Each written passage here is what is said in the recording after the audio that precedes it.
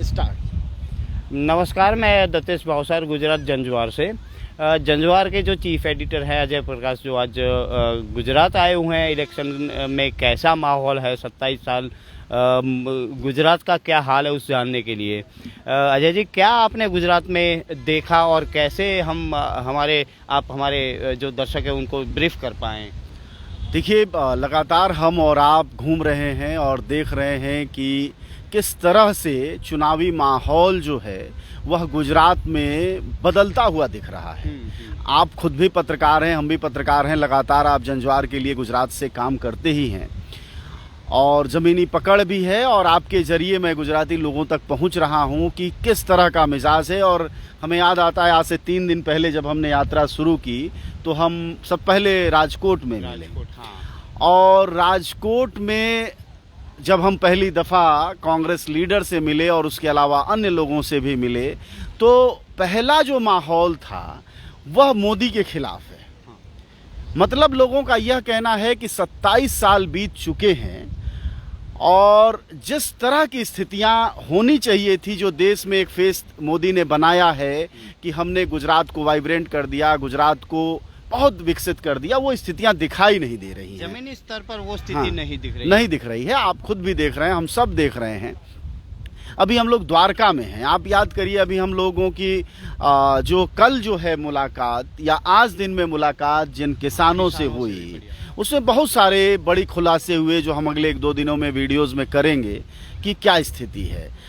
और आप तो यहीं के रहने वाले हैं, सिलसिला ये बताइए कि सौराष्ट्र में मुद्दे क्या रहते हैं, इस बारे में आप मुझसे बेहतर बताएंगे जी। मोटे मोटे तौर पर सौराष्ट्र की बात करें तो सौराष्ट्र का जो मुख्य व्यवसाय है वो किसानी, खेती किसानी है। तो जो किसानों की समस्याएं हैं वो इस इलेक्शन में सबसे मूल समस्याओं में से होंगी। जैसे किसानों का जो अभी फ़िलहाल बात करें, जो ज़्यादा बारिश हुई है, अतिवृष्टि हुई है, उसमें किसानों को बहुत नुकसान हुआ है, लेकिन किसानों को मुआवजा नहीं मिला। न मिलने के कारण वो किसान दूसरी फसल नहीं लगा पाए।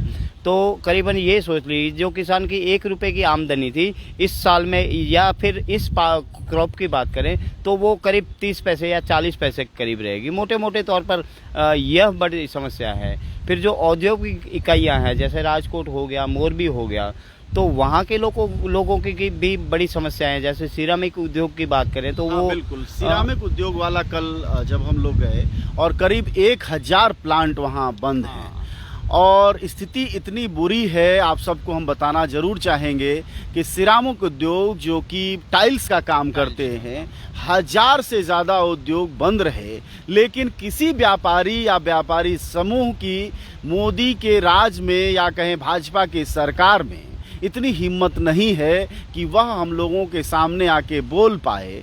हमने बहुत लोगों से संपर्क किया, दत्तेश जी ने संपर्क किया, लोगों ने समय दिया, लेकिन कोई बोलने को तैयार नहीं हुआ। यहाँ तक कि ऑफिस में मिले, चाय पिलाई, सब कुछ किया, लेकिन उन्होंने कहा साहब हमसे न पूछो कि क्या हुआ है, हम बोल नहीं सकते। सत्ता का यह जो खौफ है, यह आप पूरे यहाँ गुजरात की राजनीति में देख रहे होंगे। सर, एक चीज बताएं, उन व्यापारियों की चुप्पी ने बहुत बड़ी बात कही है।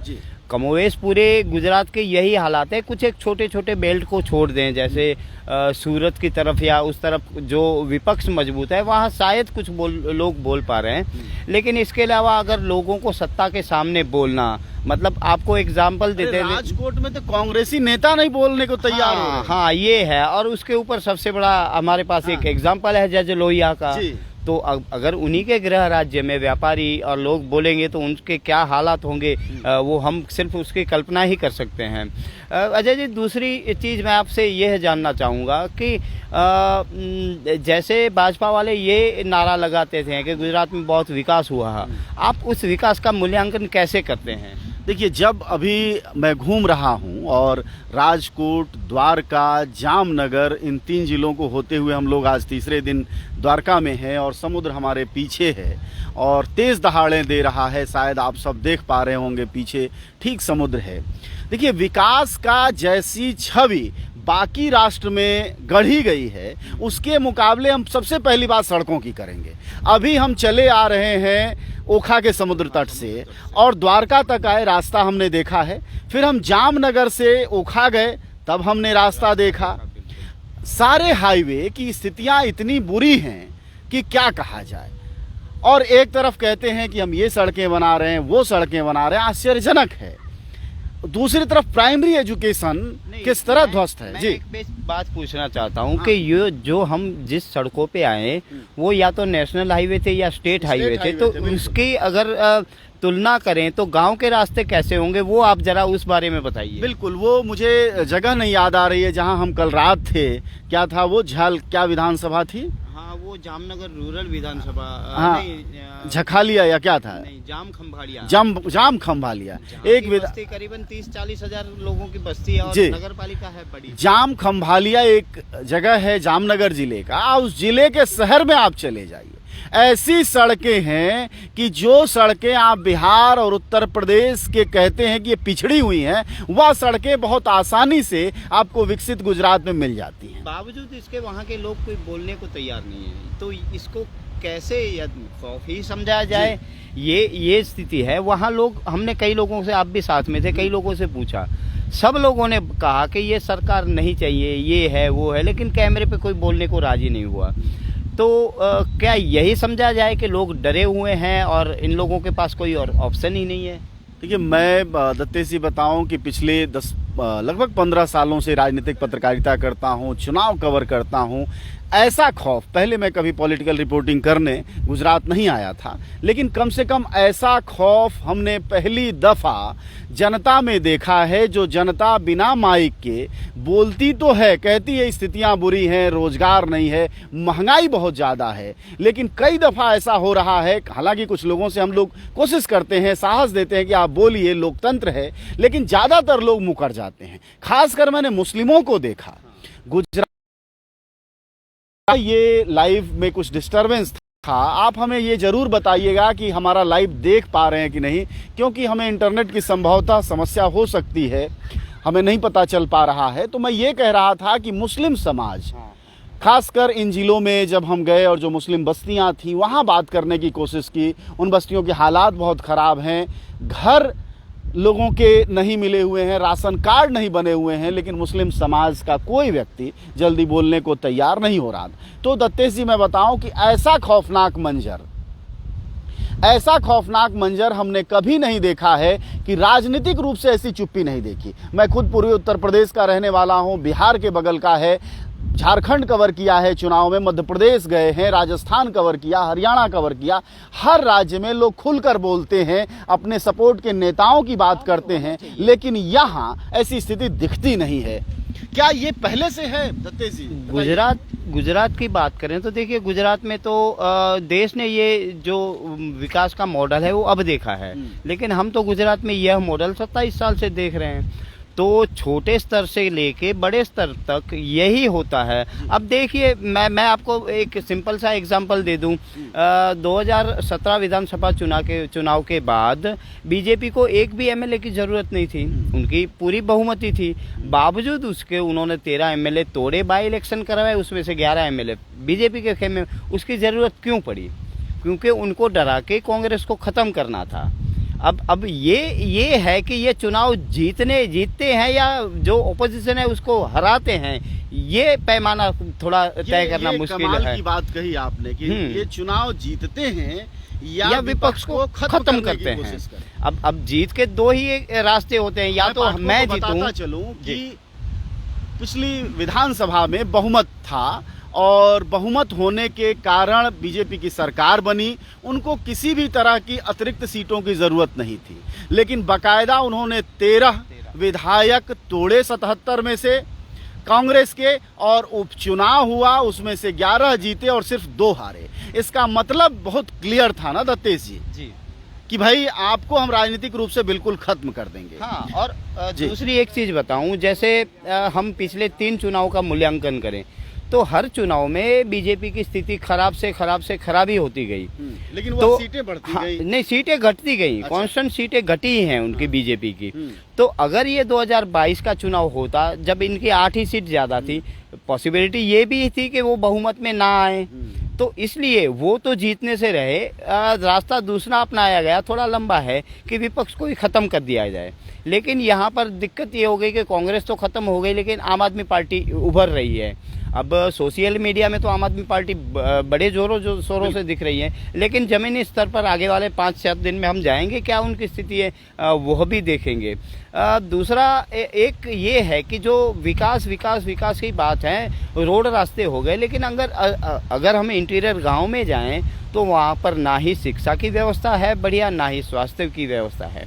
बेसिक जो लोगों की नीड होती है वही है, शिक्षा हो गया, स्वास्थ्य हो गया, बिजली हो गया, पानी हो गया। तो पानी तो यहाँ पर लोकल सोर्सेज से कहीं मिल जाता है, लेकिन शिक्षा और स्वास्थ्य की बात करें तो मैं आज की बात नहीं कर रहा हूँ, कुछ 1-2 साल पहले, कोविड के पहले की बात कर रहा हूँ। जो मेरा गृह जिला है कच्छ जिला, वहाँ स्वास्थ्य कर्मचारियों की 45% सीट भरी ही नहीं गई थी। मतलब जो जितनी जनता है उनको जो स्टाफ चाहिए उसका 50% के करीब तो था ही नहीं। तो इसका मतलब यही हो गया कि स्वास्थ्य सुविधा आपकी ध्वस्त है। लोगों को जो स्वास्थ्य सुविधा मिलनी चाहिए वो मिलती नहीं है। ये तो स्टाफ की बात हो गई। अगर इंफ्रास्ट्रक्चर की बात करें तो ना ही उनके पास पूरी मशीनें हैं, ना ही उनके पास पूरे कमरे हैं। तो उस स्थिति में कैसे हर एक लोगों के पास वह सुविधा पहुंचेगी, ये सबसे बड़ा प्रश्न है। जी आप कुछ कह रहे थे? मैं ये कह रहा था कि जब हम अभी गांव में थे, प्राइमरी स्कूल की बात करें, प्राइमरी स्कूल का संकट ये है कि यहाँ कई सारे प्राइमरी स्कूल पंचायत के पीपीपी मॉडल पर डाल दिए गए हैं। बाकी जगहों पर भारत में कहीं सरकारी स्कूलों में फीस नहीं लगती, यहाँ 200 रुपये महीने पंचायत के स्कूलों में फीस लग रही है अच्छी शिक्षा के नाम पर। यह एक तरह का विकास है। लेकिन असल जो ध्यान देने की बात है, हालांकि आप दिन भर हमारा एक पूरा एक कार्यक्रम है जो लगातार हम दोनों कर रहे हैं गुजरात में, और वो है 27 साल गुजरात का हाल। आप समझेंगे कि सच क्या है, लेकिन उसके साथ साथ यह शाम का विश्लेषण हम कोशिश करेंगे कि प्रतिदिन जब तक कि चुनाव घोषित नहीं होता है तब तक करें, फिर उसके बाद दूसरे फेज में करेंगे। लेकिन यह आपको जानने का बिल्कुल हक है। लेकिन सबसे बड़ा संकट दत्तेश जी आपने भी महसूस किया होगा, मैं भी महसूस कर पा रहा हूं कि इन सारी चीज़ों को लेकर इस विकसित राज्य में, इस वाइब्रेंट गुजरात में मीडिया कहीं नहीं दिख रही है। और लोग भी, जो इलाकों के लोग हैं, वो कह रहे हैं कि कभी मीडिया आती नहीं, इन चीज़ों को दिखाती नहीं। कई लोगों ने ये भी शिकायत की कि बड़े बड़े कार्यक्रम शूट करके ले जाते हैं और कभी वह दिखाते नहीं हैं। ऐसे में वो कह भी रहे हैं कि जनज्वार जैसे यूट्यूब चैनल या फेसबुक जो हैं वही जनता की आवाज़ बन रहे हैं। यह भी एक स्थिति है। इसलिए यह समझने की ज़रूरत है कि गुजरात का चुनाव अगर मुद्दों पर होना है तो मीडिया की एक सशक्त भूमिका होनी चाहिए, क्योंकि जनता तक मीडिया नहीं पहुंच रही है। लोग चाह रहे हैं अपनी बात करना, लोग ये भी बताना चाह रहे हैं कि आप उन सवालों को उठाएं जो कि हमारी समस्याएं हैं। लंपी रोग एक बड़ी समस्या बनकर उभरी है, सड़कों की समस्या है, महंगाई बहुत बड़ा प्रश्न है, डीजल का सवाल। आप स्टोरी कल देखेंगे, हम लोगों ने स्टोरी की है पोर्ट पर जो मछुआरे हैं उनकी ज़िंदगी के हालात पर। कल आएगा, आप ज़रूर देखिएगा उसे और बताइएगा कि कैसा रहा।